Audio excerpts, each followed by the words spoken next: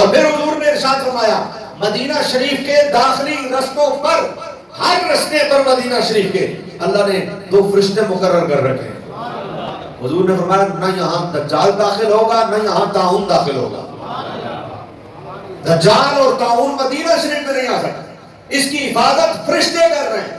دجال جب آئے گا اپنی ساری فتنہ انگیزیاں کرے گا، فرمایا مدینے میں داخل نہیں ہو سکے۔ حضور نے فرمایا اللہ نے مکہ کو حرم بنایا، فرمایا میں مدینہ کو حرم بناتا ہوں۔ اس پہاڑ سے اس پہاڑ تک، حضور نے فرمایا اس کے درمیان، فرمایا یہ حرم ہے۔ اور آج بھی مدینہ شریف میں حرم کی حدود جو لگی ہوئی ہے، حضور نے اس کو حرم قرار دیا۔ اس کی گھاس کو کاٹنے سے حضور نے منع فرمایا۔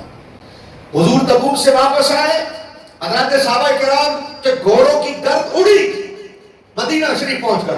کچھ لوگ سامنے موجود تھے، انہوں نے اپنا کپڑا یوں رکھ لیا، اس گرد کی وجہ سے گھوڑوں کی گرد اڑی، انہوں نے اپنا کپڑا یوں رکھا۔